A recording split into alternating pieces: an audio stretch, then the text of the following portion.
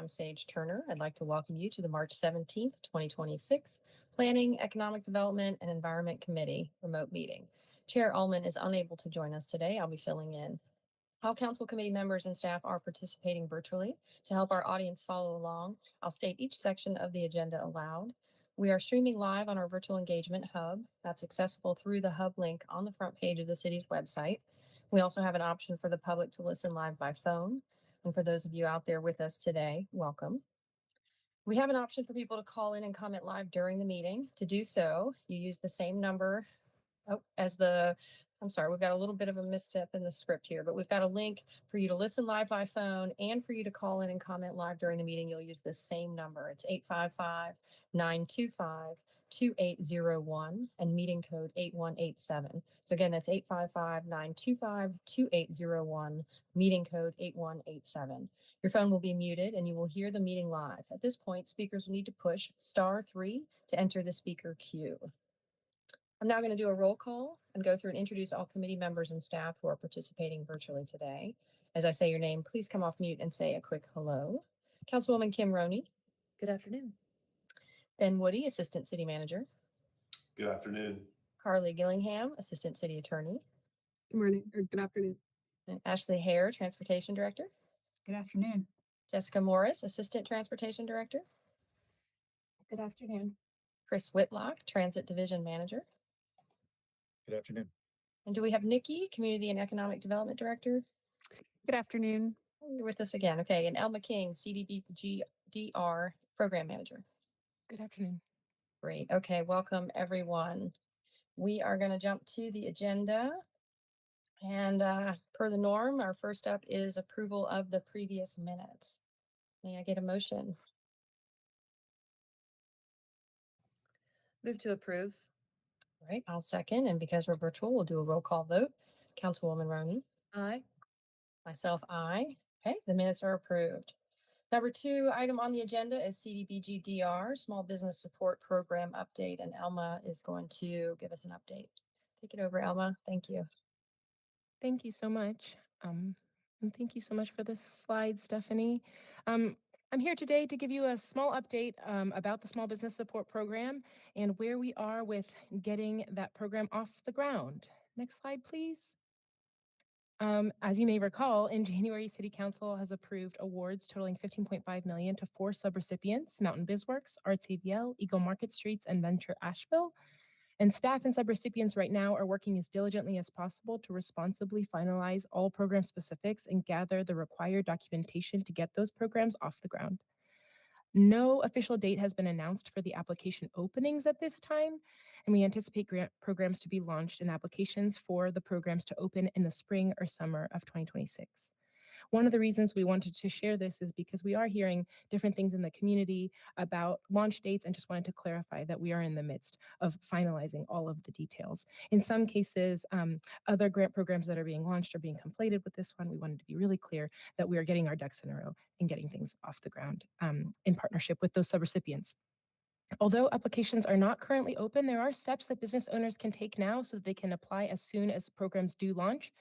And there's a one-pager that's linked to this presentation. It's available on AshevilleRecovers.org about what businesses can do to be grant ready. We anticipate returning to PEDE in April with more updates. Next slide, please. Again, on January 27th, City Council approved of the awards as mentioned, of amounting to $15.5 million to Mountain BizWorks, Arts AVL, Eagle Market Streets, and Venture Asheville. Staff are working as quickly as possible with these subrecipients to responsibly finalize the program specifics and gather the required documentation, including clearly defining grant eligibility criteria, not just for clarity of program administration, but also for clarity of what's being communicated to the public about what is eligible and what is not. Outlining operational steps to establish efficient program management and ensuring strong oversight, fraud prevention, and compliance for all federal regulations through staged application review and monitoring processes. Next slide, please. We anticipate grant programs to be stood up and applications for the programs to open in the spring or summer. Again, as mentioned, although applications are not currently open, there are steps that business owners can take so they can apply as soon as programs launch. As mentioned, a guide is available to walk business owners through those steps. And just to recap, some of those things include collecting their W-2s and tax statements, collecting their profit and loss statements, collecting their proof of business ownership, and of course the dates associated with that, pre or post Helene, and having their UEI, their unique entity identifiers, their CAGE codes, and their NAICS codes, their industry classification system codes. So having those ducks in a row will help business owners to be able to swiftly react when those applications open.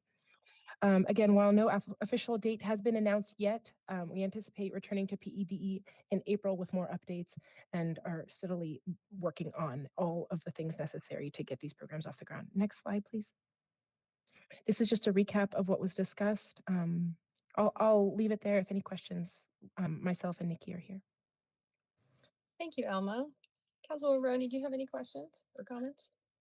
I know that the business owners that I communicate with regularly, including some business organizations, are concerned that the timeline keeps being farther and farther. So I think it would help to understand what are some of the compliance issues that are coming up? Like, what are the big barriers, and what would it take to hurdle over them?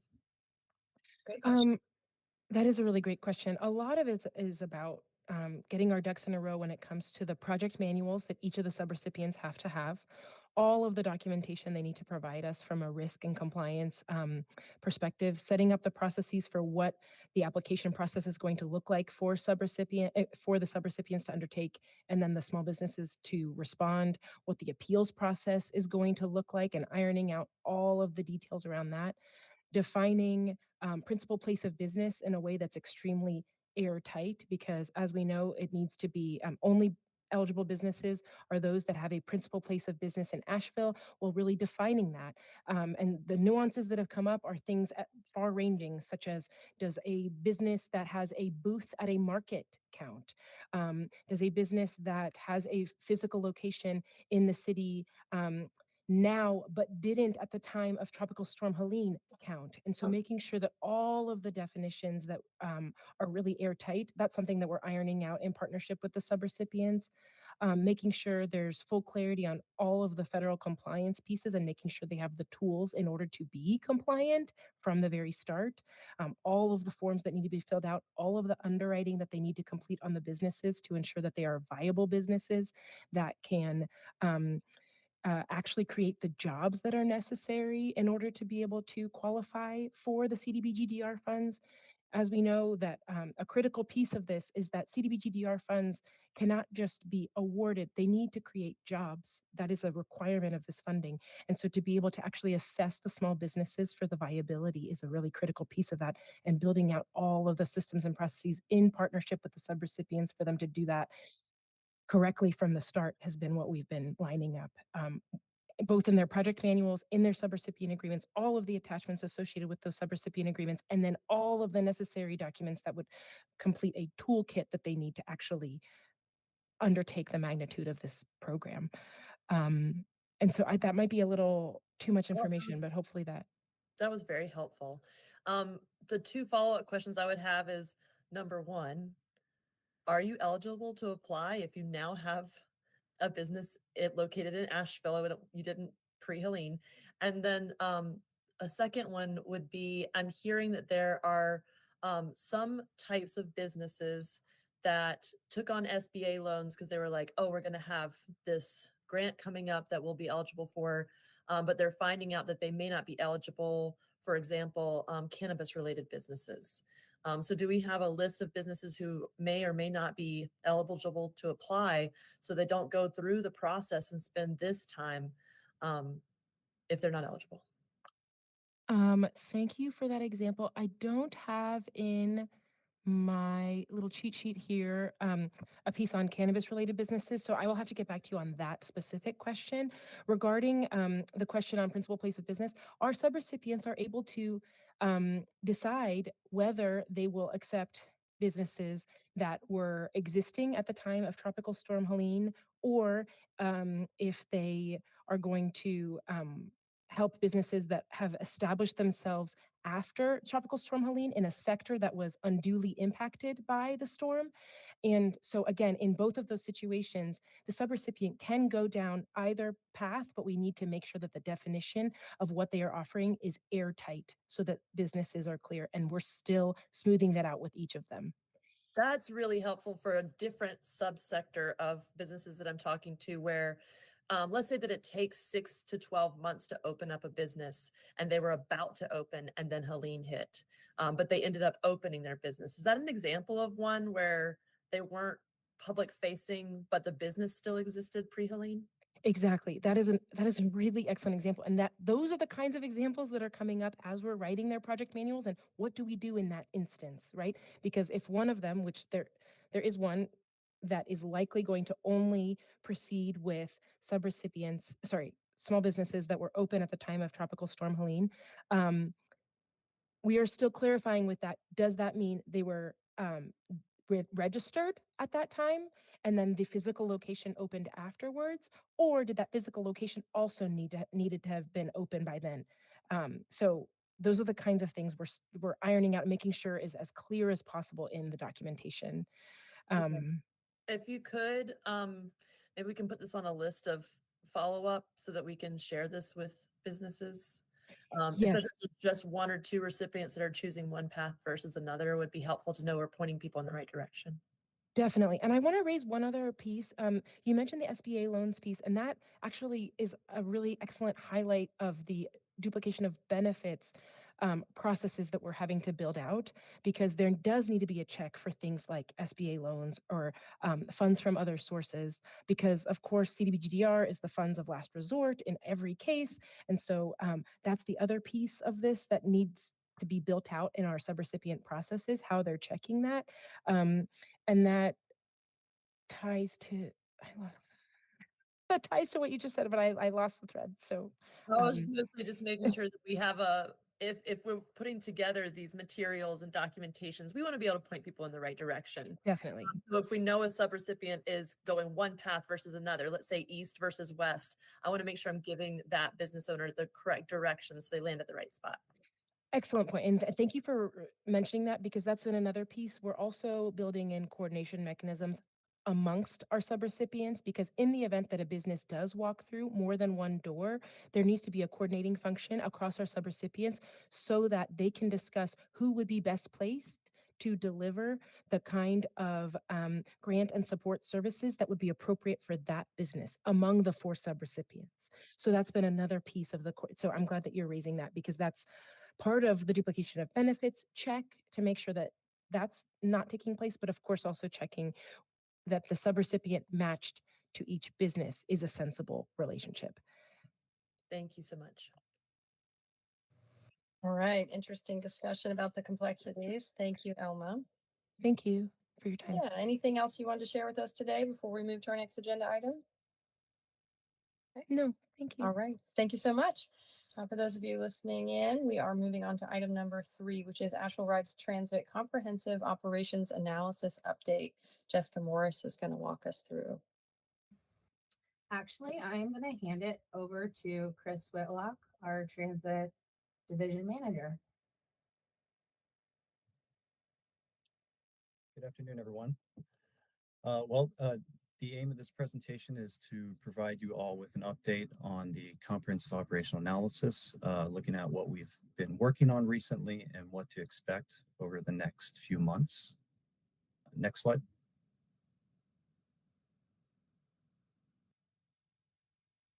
So the purpose of the comprehensive operation analysis is to evaluate transit service needs, ridership demand, demographic changes, and future growth over the next 10 years. It also involves looking at ways in which the service can be improved and aligning our available resources with the needs of the community. In phase 1, we analyzed the existing service or network and conducted a survey to gather feedback on rider frequency of use, most used routes, purposes for using transit. We also began discussing 2 ways of designing or orienting transit networks, and those being ridership and coverage. So ridership concentrates service on main corridors, which allows for higher bus frequency, but it results in a loss of coverage coverage maintains service to larger parts of the city, but provides lower frequency. In phase 2, we held a core design retreat. We took those 2 priorities and the feedback we received through the survey and a stakeholder meeting and created 2 network concepts. Both of these concepts were designed as cost neutral. We then began another round of public engagement in September by creating another survey to solicit feedback. We held another stakeholder meeting tabled at the transit center and community centers and presented this information to MMTC. The second survey presented both concepts and asked the public where they fell on the spectrum between both options. On the one side, you could select that you strongly favored ridership, and on the other, strongly favored coverage, or somewhere in between. In phase 2, we held our second core design retreat and designed what we called the draft network plan, which incorporates the feedback from the phase 2 survey, feedback from stakeholders and city council. So the goal was to create a network that leans slightly towards ridership, but maintains coverage, improves on-time performance, and connections at the transit center. Next slide. So after the initial draft network plan was developed, we asked RATP Dev, our service provider, to test and review the routes and provide feedback and recommendations for any adjustments to the network. The consultant is now, consultant Jarret Walker Associates is now developing a report that will look at the impact of this network in terms of job access, coverage, and frequency. The report will also contain a section on the growth concept, which will look at how this network can grow over the next 10 years if more funding is available. Once the report is complete, we will conduct another round of engagement, push out another survey soliciting feedback from the community, presenting the draft network at another stakeholder meeting, table at the transit center, and present this information to community centers. We expect this last phase of engagement to last approximately 6 weeks. We do plan to provide PED and City Council with an update in May. But after the 6 weeks is complete, we'll create a summary of the feedback and provide City Council with another update in July. Our goal is to have the final reports completed in August. Next slide. And that's the end of my presentation. Any questions? Thank you, Chris. Go ahead, Kim. Thanks, Chris. I also appreciated getting the updated ridership data from 2025 by route. Normally, I would review that monthly with the Transit Committee meeting materials, but since that meeting isn't happening regularly, that data had been lagging. So thank you for compiling that. I have been really curious about the conversation that's pivoted our community, or pitted maybe our community, between coverage and frequency. Because if we really wanted to increase ridership, we would remove the barriers, because that worked here and it works in other cities. But let's say we're looking at coverage versus frequency. Because the coverage we have now isn't the best service that our community really expects. We expect to have more than 90-minute service in South Asheville, for example, or 2 hours to Swannanoa. It seemed to me that the spirit of the study really shows that we need both. We need coverage and frequency. That said, I was trying to think about how this impacts our housing studies. Missing Middle Housing Study in Chapter 6 shows where the city is ready for more density and more of that missing middle, duplexes, triplexes, quadruplexes, cottage clusters, and it's related to where the transit corridors are. So it did make me wonder if we're considering not just the way things are right now, but how we intend them to be. The Affordable Housing Study also mentions transit access. We've also approved housing developments because of their proximity to transit corridors. For example, I think along the N5 route up Charlotte Street, there are 2 apartments developments that are approved for that corridor, and the proximity to transit was named. So when we get our next updates, will we be seeing some of that connection to where we're imagining not just transit, but how it fits into our housing ecosystem? And if not, what does it look like to do that? Well, I can't say with the growth concept, we will be looking at how the system can grow with the community. So I do think that that will come up with the growth concept. We'll be looking at impacts to access, the overall impact to communities. And yes, I think it would come into play that that would be part of the discussion.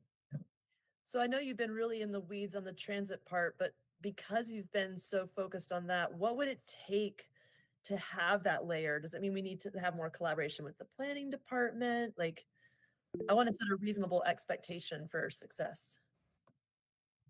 So let me just jump in here. So our whole process has been inclusive of land use and housing units and demographics and destinations. So the entire process has been built on looking at where our existing and future uses and housing units are. So I think that the answer is that that's already been included in the process from the beginning. It's a matter of where we're providing transit resources, right? So what we've been looking at is just the allocation of the same amount of resources. And so it's a question of how does the city council want to allocate those resources um, within our existing resources. So we've already, through this process provided, a spectrum of choices or a spectrum of transit based on housing units, and have already included that data in the analysis. So the draft network already takes that into account. I hopefully that helps kind of clarify what you're trying to get at. It's not that we haven't looked at that at all. That's already been part of the process. Okay. When would we be able to see some of the maps that are being considered? For the draft network? Looks like May Um, and June. Yeah, so if you want to go back to the previous slide, Yeah. Chris, we have Mhm. the timeline. So I think May is when we'll begin the public engagement. Can we go back one slide? Who's controlling the slides? Thank you. Yeah, just if they're how do I say this? If we were to get draft maps right before we're being asked to make a decision, that might be really challenging. So I'm seeing there's like this window of when we'll see a draft network plan between May and June. And I'm Right. just wondering like how we have enough time to take those and then start to synchronize them with the other. Let me give a very specific example. You're gonna have plenty of time. Yeah. You're We gonna used to have better, more frequent and late night service down the North Asheville corridors. Now the missing middle housing study shows that North Asheville is less ready for missing middle density. Well, it just seems like a little chicken egg situation where it's like, if we had better transit in North Asheville, would it be more ready for missing middle? Or where is that missing equation? And I don't expect transit staff to have all of those answers, but I do expect that as a council member, I've got to start to knit that together. Mhm. I really look forward to seeing the draft maps. So the council will see draft maps when we come back in May, after we do public engagement with the community. So in May, we'll be going to the Multimodal Commission. We'll be doing meetings with the stakeholder group. We'll be meeting with the working group. We'll be having community meetings. We'll be having meetings and outreach at the transit center. We'll be doing a lot of the similar kinds of engagement that we did during the phase 1 and phase 2.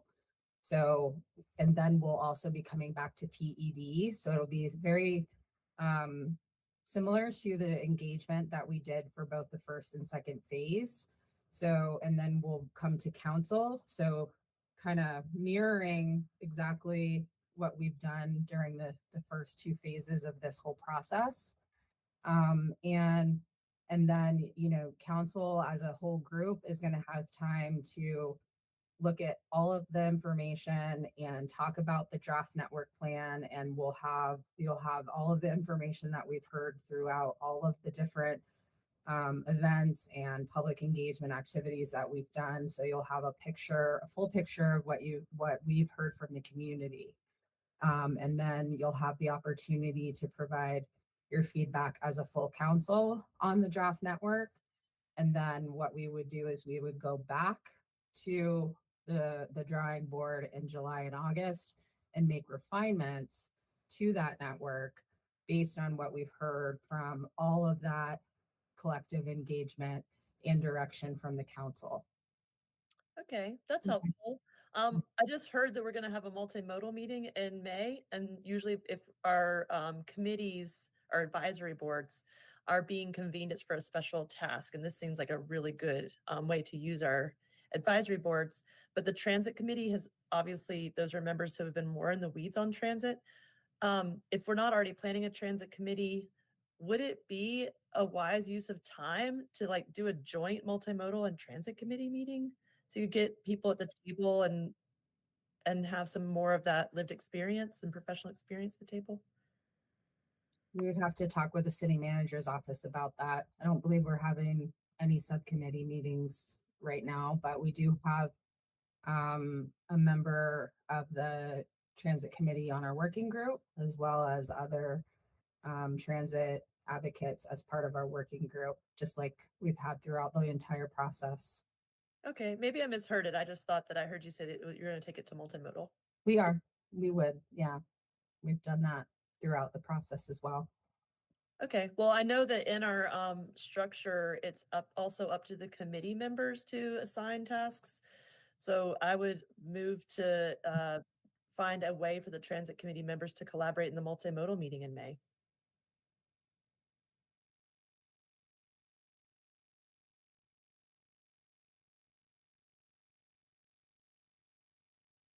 I'm sorry, I didn't realize I was muted. I'm not going to second that. I feel like staff have a plan in place right now.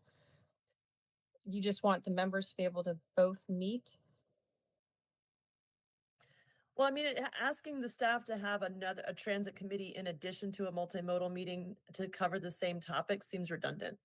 So it seems like it would be a better use of time to suggest that the transit committee members be invited to participate in the multimodal meeting. Staff, do you have any input on this? Is there a conflict with that in any way? Meeting times, leadership, management of the meeting? When the draft network plan and growth concept report is completed, the working group will have a role in reviewing that before it gets published. And that's 3 members of transit committee are a part of that. So I know it's not the full transit committee, but they will have a role in reviewing the information before it goes public and provide their feedback. It's helpful. I have some other comments if Kim, if you feel like you're complete. I am, thank you. Okay. I'm really excited to see what you guys come up with the draft network plans and what the changes might be.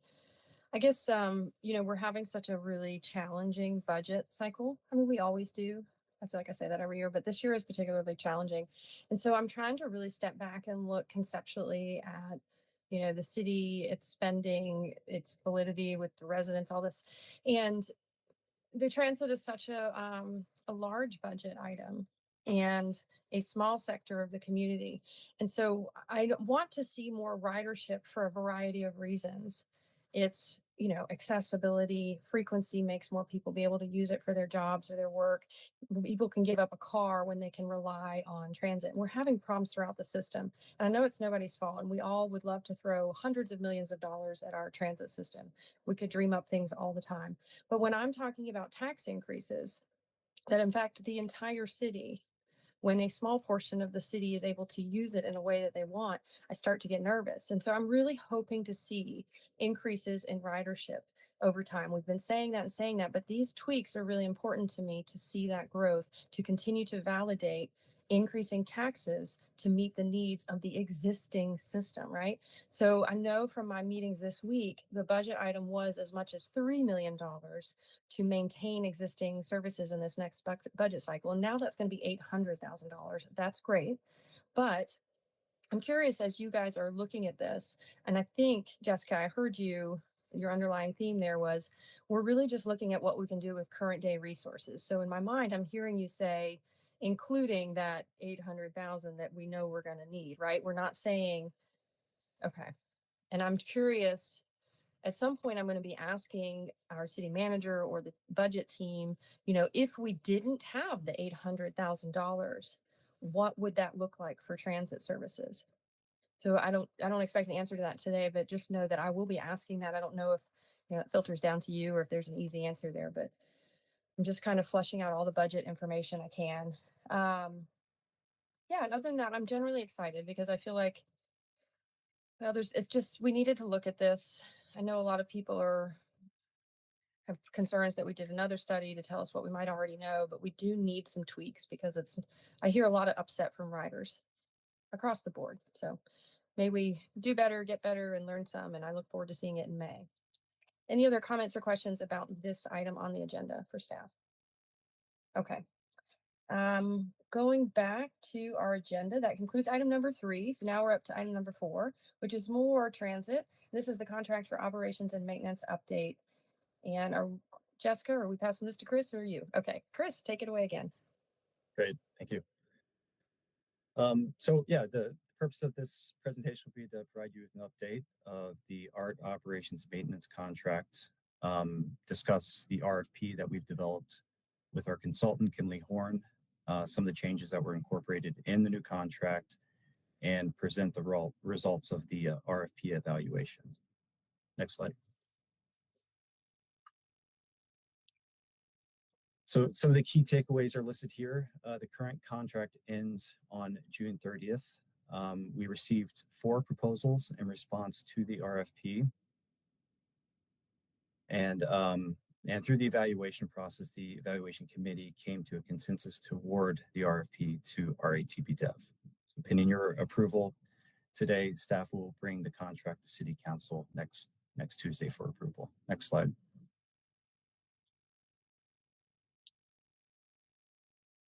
Asheville Rides Transit is operated under a turnkey operations and maintenance contract, which is to say that the contractor is responsible for all the elements required to provide the service via day-to-day operations, vehicle and facility maintenance, and staffing. This is designed to put the performance responsibility, accident liability, and the cost risk on the contractor rather than the city. The current contract was awarded to RATP Dev in 2017. It was an 8-year contract, 4 base years plus 2 2-year options. We extended it for 1 year for FY26 due to staff and resources and impacts from Helene. Next slide. So to ensure the highest standard for the transit service we provide, the Transportation Department partnered with Kimley Horn and Associates in October 2024. The role was to provide expert third-party oversight and technical support as we began the procurement process for the next contract. The RFP evaluation committee was comprised of 2 external evaluators, one with extensive experience in a variety of fields in transit and another from the French Broad River NPO. Additionally, the committee also included representatives from the Finance Department, City Attorney's Office, and the Transportation Department. Next slide. In the RFP and new contract, we incorporated new requirements and standards to address the current and ongoing issues, provide clarity around contractor and city responsibilities, improve accountability and reporting by the contractor, and increase corporate support for managing special projects to aid city staff. Next slide. In this new contract, we introduced new and strengthened performance measures designed to hold the contractor accountable. Monthly on-time performance will be raised to 80%, which brings us closer to industry standards, and helps us aim towards improving the reliability of the service.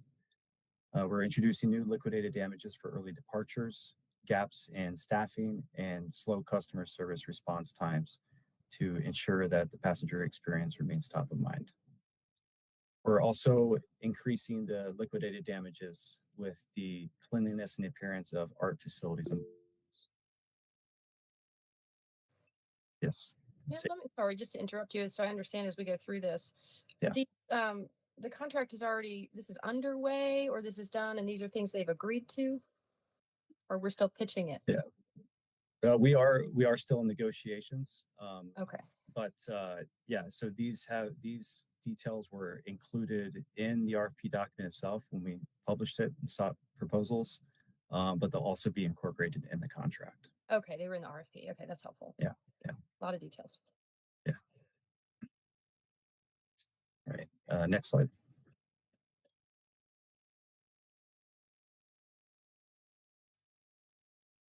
So 3 new positions have been included in this contract. The crisis counselor, the requirements for this position is that they possess at least 5 years of experience in counseling and de-escalation techniques and have expertise addressing unhoused individuals' issues as it relates to transit. The ideal individual would have local experience and an understanding of community resources. They will work primarily from the transit center, but will also spend time riding buses. They'll coordinate with the customer service manager and security personnel to assist riders in wayfinding, connecting riders to community resources, and de-escalate situations. The customer service manager will oversee the customer service team, have experience in customer engagement, marketing, and communications. Their focus will be to ensure every passenger receives excellent service and that all staff maintain the highest standards of professionalism when engaging with the public. The human resources manager / recruiter, we want to avoid the staffing shortages we encountered last year. This position will be crucial in keeping staffing levels full and impacts to service deliveries like canceled service at a minimum. In addition to focusing on staff retention, they'll also be engaged with the community and collaborate with schools like AB Tech and participate at local job fairs. Next slide.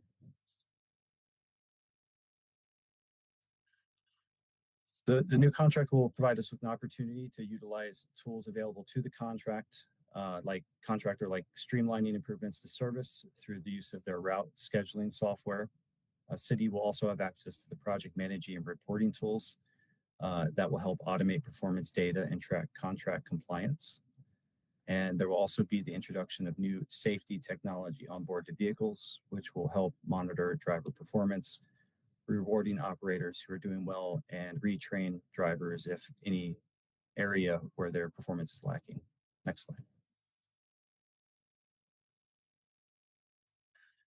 City staff worked with Kimley Horn to develop the different categories that offers were required to address in their proposal. These categories were then rated by the evaluation committee based on the responses received. On the right, we have listed the scoring matrix used for each category, which is the same matrix used by the city and other RFPs. 0 being non-responsive, 5 being the highest, exceeds most all requirements. So for an example, an offer having more experience in operating a similar sized transit service would receive a higher score than an offer with less. Next slide.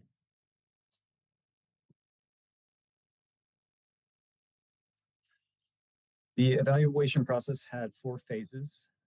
Phase 1 is the evaluation of the technical proposal.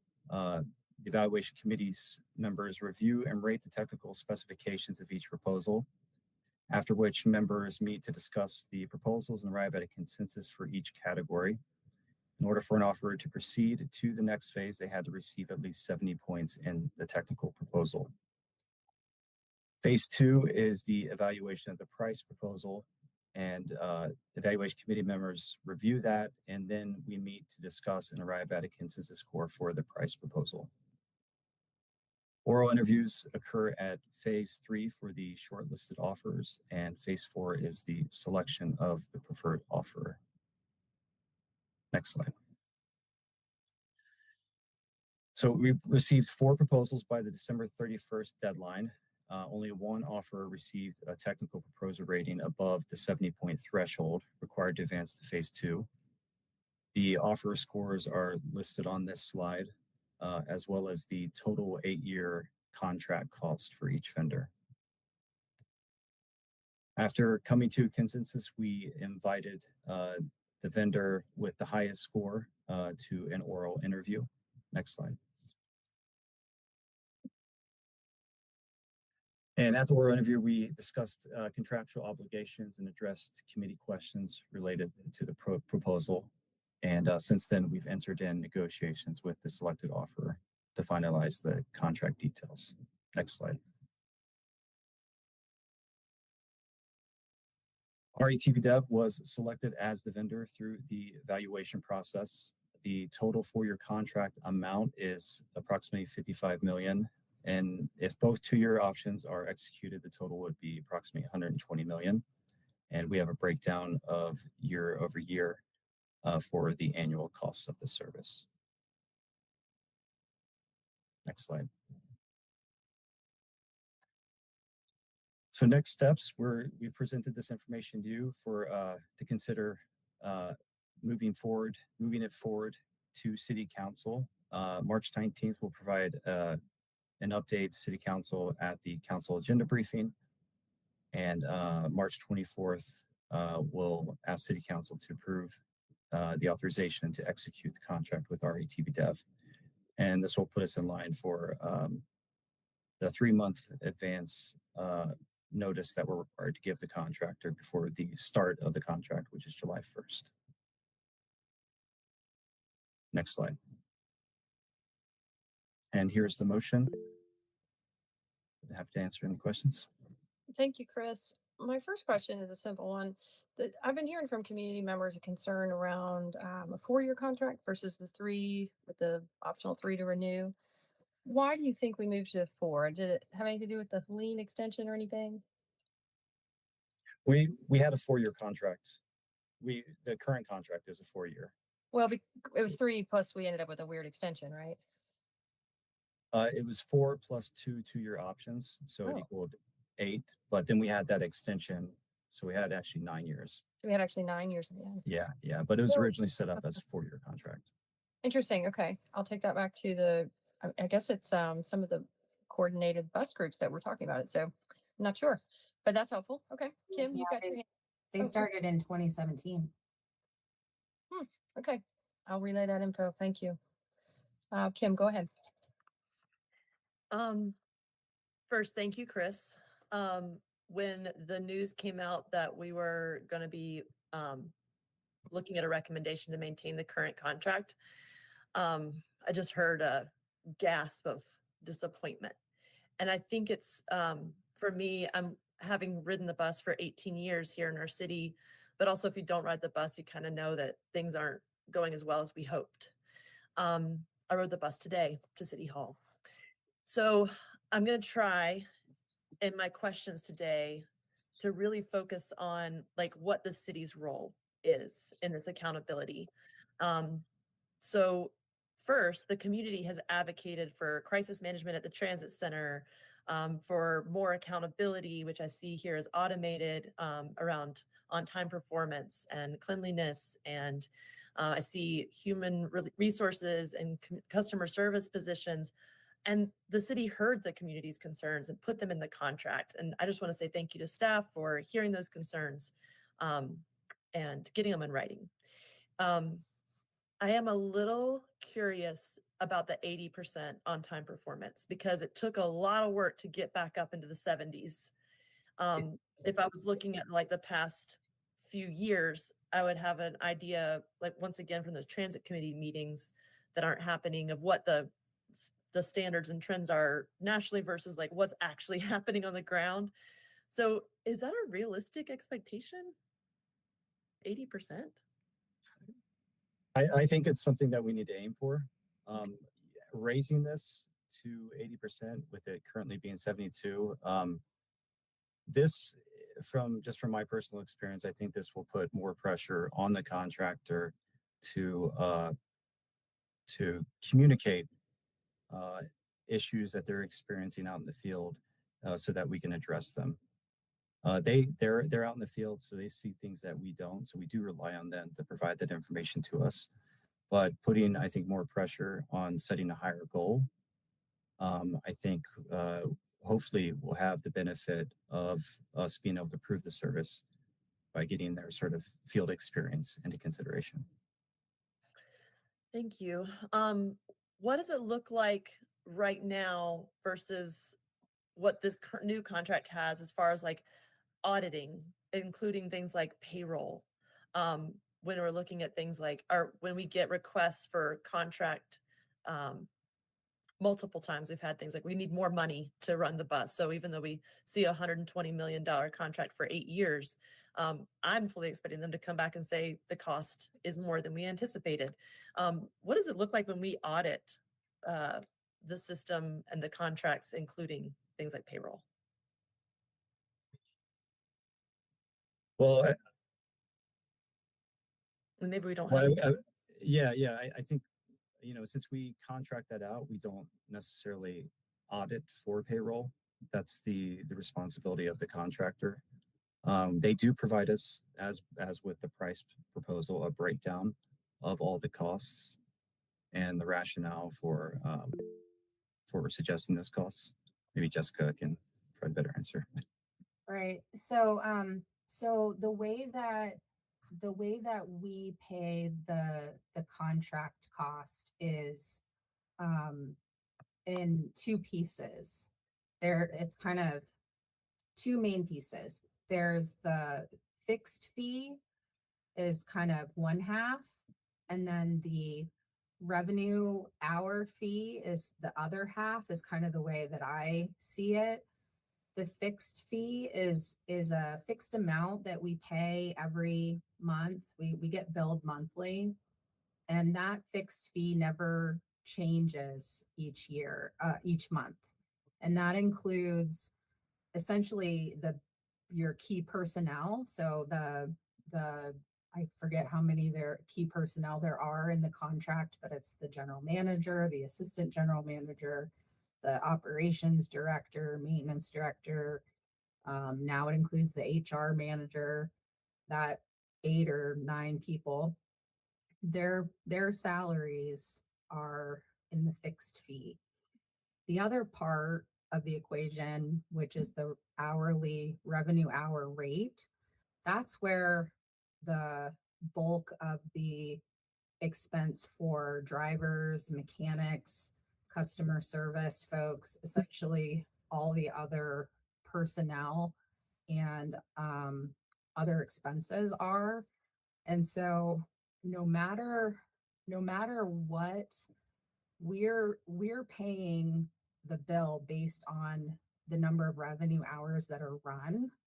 So no matter how much personnel they use, we only pay based on how many revenue hours of service are run. So whether they have 80 drivers running service or 70 drivers running service, we are paying based on the revenue hour rate that we've agreed to in the contract.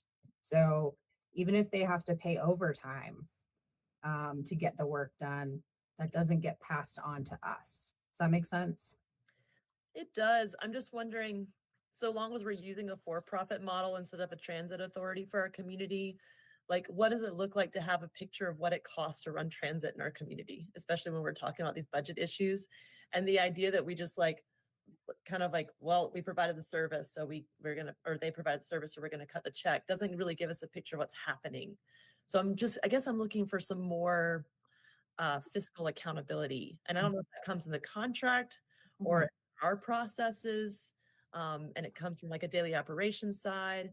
But I think these other two questions might help add to it. One is, yesterday, I was on Biltmore Avenue and I went to use the bus stop because it was raining and it was disgusting. I was like, where's the trash can? I'll clean it up while I'm waiting.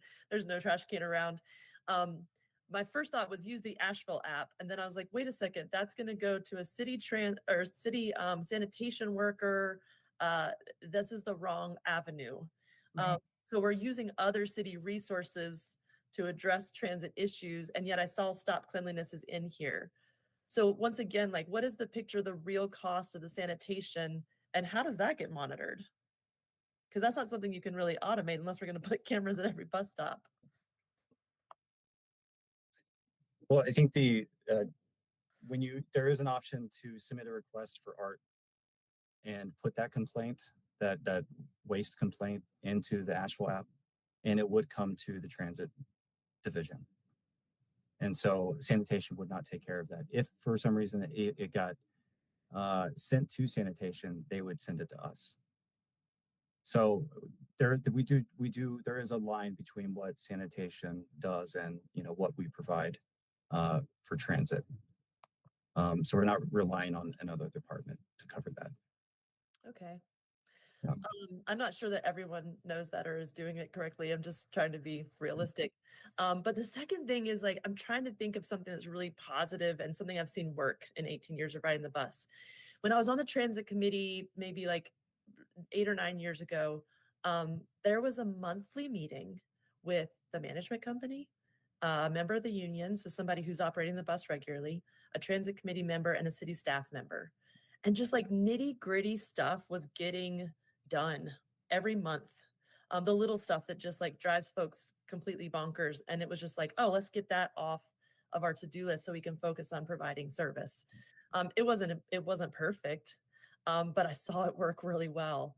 I don't know if that's something that can go in a contract, is that there's some sort of reporting back, but at a minimum, it feels like a quarterly update to this committee, because we're not having transit committee. Like, this contract has a lot of new stuff in it, and I think some good things. But it would be good to know if it's working or not.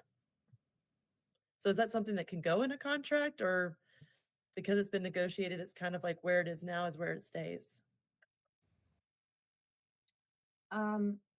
So I think there's a couple of answers. So we still are finalizing negotiations. So we can incorporate some. We've been talking about having a separate plan for how we're going to require different reporting and compliance requirements.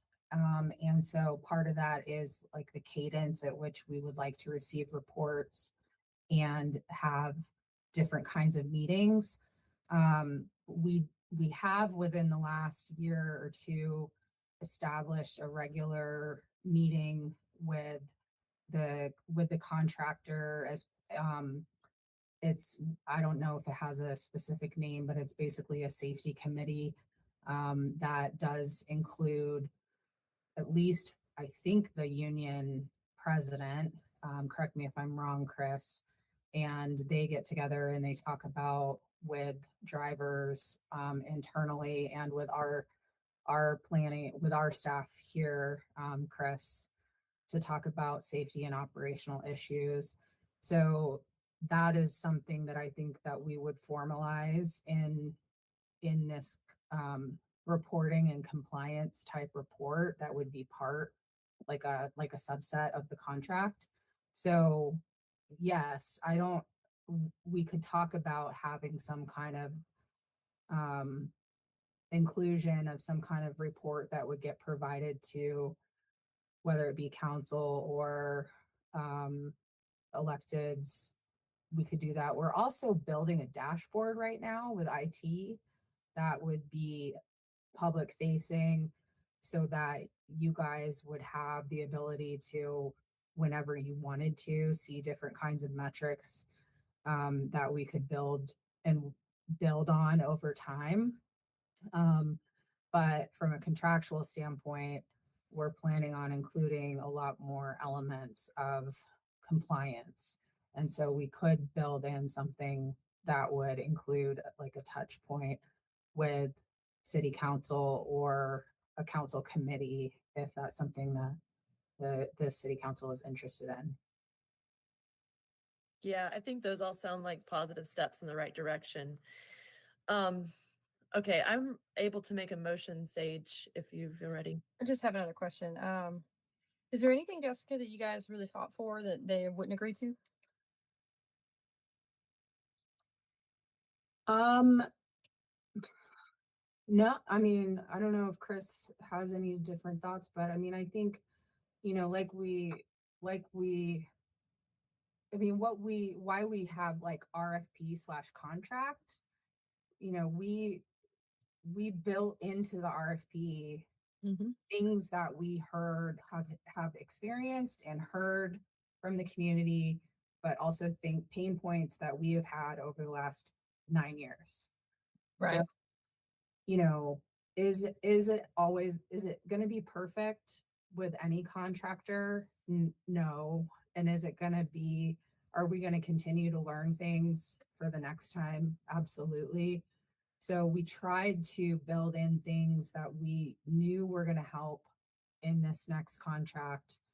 And so no matter what contractor we chose, they would have been required to bring those things to the table.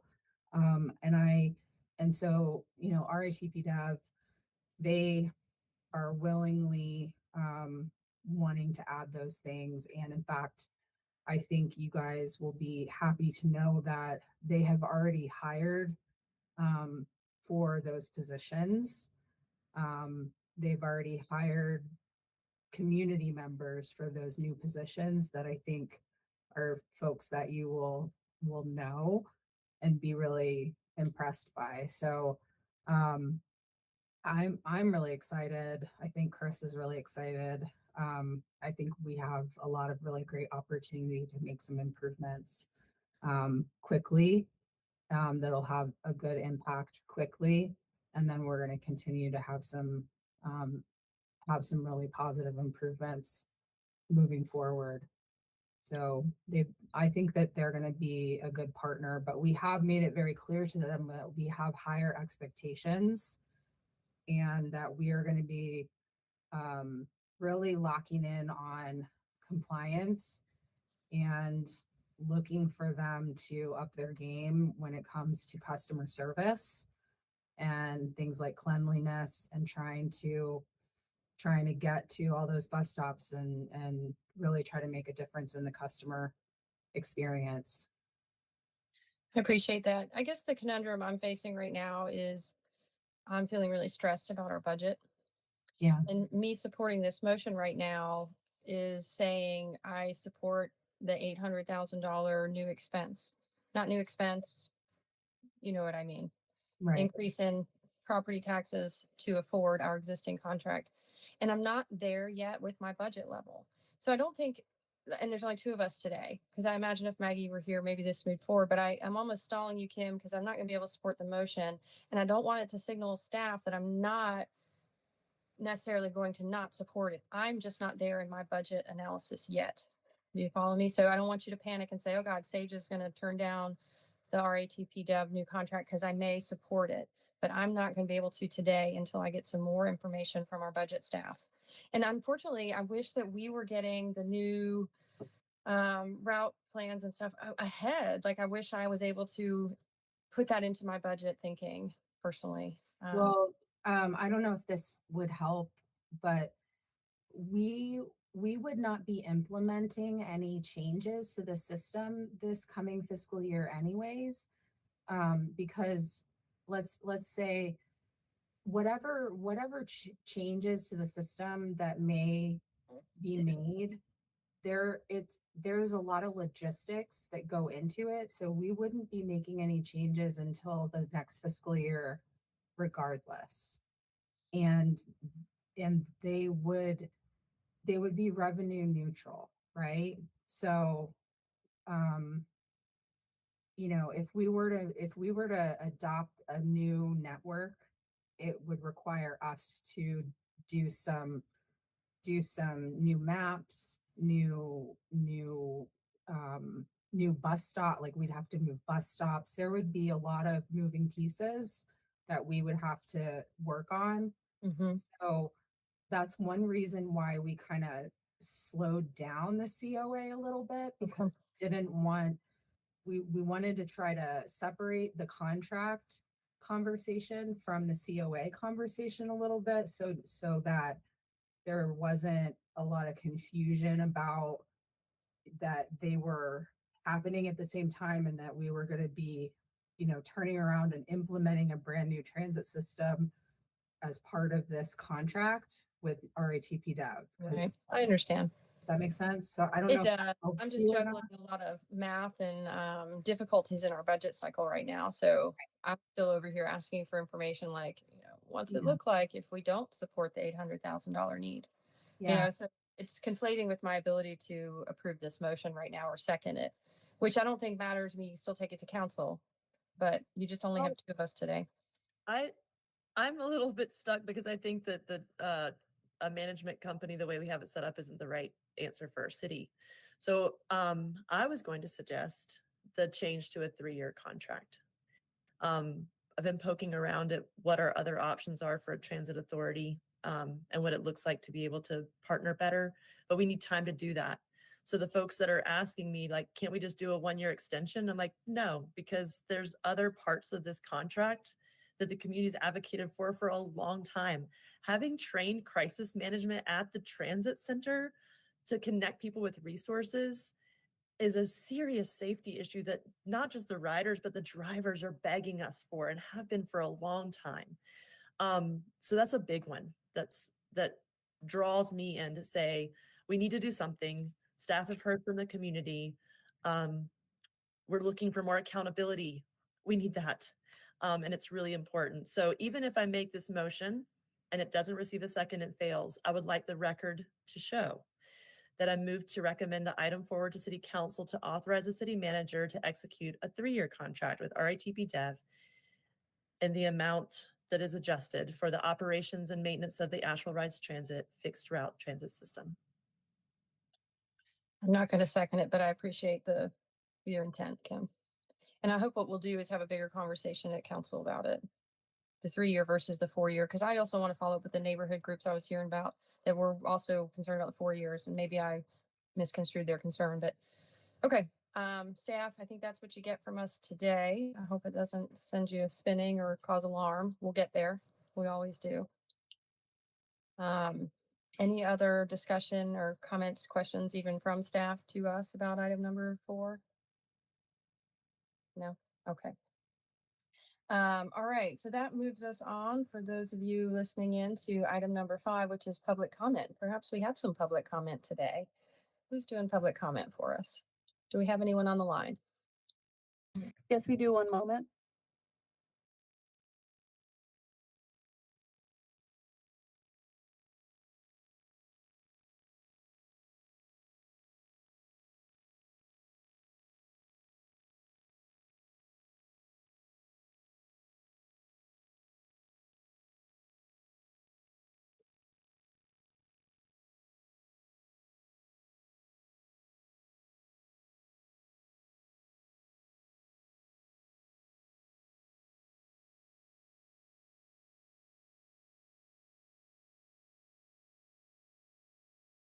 How are we doing? Do we have a problem or, Yes. in HCD this morning, I remember we had someone stuck on mute, so.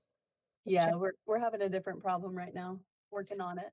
While we're waiting on that, I was going to do it after public comment, but I'll add that there is a hearing tonight at the Buncombe County Courthouse. It is the North Carolina Utilities Commission Carbon Plan hearing. The public will be assembling at 6 p.m. The hearing begins at 7 p.m. And why does this matter?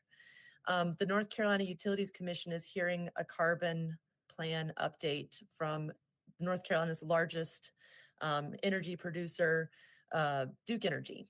And we are, as a major user of the utility, the city of Asheville is drafting a letter regarding the plan that's going to go to the Utilities Commission, but residents and business owners can also speak up as ratepayers. A lot of the reasons why the rates are expected to go up is to move forward in production of meeting the demand growth because North Carolina is growing. Some of the concerns that folks have, including myself, are that the plan doesn't move us towards a future of renewable energy or a stable grid, but instead relies on outdated, very expensive technology. All while Duke Energy profited $5 billion last year for the state shareholders. So I'll be among the residents and business owners at the hearing tonight and invite the public to join us. Okay, hey Carly, do you have a caller for us now? Hi, I have no, not during the caller. I just wanted to chime in because I was just looking over the RFP information from that last item. I know we've moved on to public comment. So apologies for the delay. The motion was to change to 3 years, and I just want to put it out there for the record for this meeting. The 4-year term was in the RFP, so that cannot be changed at this point. I wondered about that. Our RFP rules are pretty strict once we put it out there. Wow. Okay. It doesn't really matter because I know that the motion did not receive any second, but Okay. leave that out there. So Good catch, Carly. for the legal side of it, because our last contract was 4-year and then it said there were 2 options for a 2-year renewal, does the RFP limit us from doing the 4 with a 2 and 2 instead of a 4 and 4? Does the RFP limit us to Can you look? what did the RFP say about extensions, Jessica or Chris? Can you say that one more time, Kim? What was your question? So in 2017, it was a 4-year contract with 2 2-year options for renewal. Right, Total of 8 years, but 4 2 2. right. This one, the way it's presented to us is 4 4, but because it reads as a 4-year contract, can we go back to 4 2 and 2? No, it's the same. It's 4, 2, and 2. Okay. Good catch, Carly. Thank you. It's the same setup. It's 4, 2, and 2.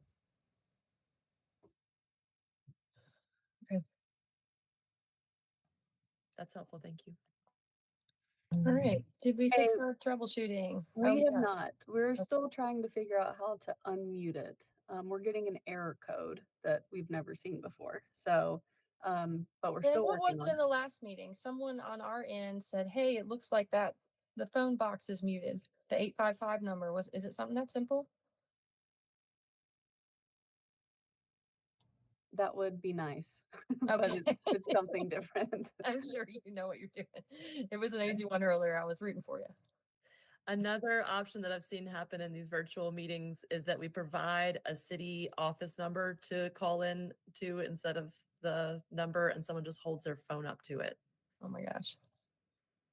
I mean, I could read one if somebody wanted to text me real quick, but it's not the same. How long do we wait out of practice for restoration before we end the meeting? Anybody had to deal with that? We could maybe ask them to email the group. How many callers are there? There's one. Oh. Is it our sunshine wonderful friend who always calls in, watches our meetings so religiously? I'm not sure, but it very possibly could be.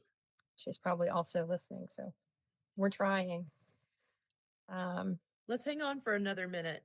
Oh, it's it is a neighborhood leader around transit. Okay. How do you feel about that person calling in? And I'll just hold it up. Unless we're not violating any rules or something, I'm fine with it. Carly, do you know of any rules that we're violating? Just All try. right. Go I'm for No, it. that's fine with me. Let's see if this works. Hey everyone, can you hear me? Michael, I'm going to turn up the volume. Try that again. Hey everybody, can you hear me? Yes. So just announce your name and then you have 3 minutes. This is Michael Stratton. I'm calling from Oakley. When all this news came out recently that the maps might be changing. I had noticed on the survey that the map that they had given was conspicuously absent of the S5, which goes right through Oakley. It happens to be the largest neighborhood in Asheville, and that one was wiped out. Now, I realize that you guys are somewhere in the middle, and we haven't seen all the routes yet, but the idea that this is even on the table is just absolutely maddening. It makes my heart break, especially when we think about the people that are going to be affected. And I'm thinking about, mothers and children. I'm thinking about people that are disabled, people with grocery bags. It's just people that get out and stop here at our food pantry here in front of the house, in front of the community garden. People on the way to the doctor. Myself, my son included. I don't know, the idea that you would, maybe it's not my bus, but you'll take somebody else's bus. I don't know whose it's going to be, but the idea that it's even on the table is just really, really sad. And then, we expect that we have an 8-year contract, and then there's not going to be a price increase on the back end. I mean, that's like telling somebody, in real estate that you're going to have a rental house that's not going to have any increased cost over the next, 5 or 6. We all know that's not true. Costs do go up, and that's what we should expect. But all that to say is, I'm with Kim. I do think that we need some more transparency here. I would love to see somebody have an opportunity to weigh in on this. I mean, again, it's really not a good look. Allow this whole type of thing to go across the ether without even getting the transit committee engaged, much less the multimodal commission. Is my understanding that these things weren't even happening anymore. So it's just like it's a facade at all that this even allowed to happen the way it's happening. I'm looking forward to seeing those maps. I hope, God, that we're not seeing cuts on this one.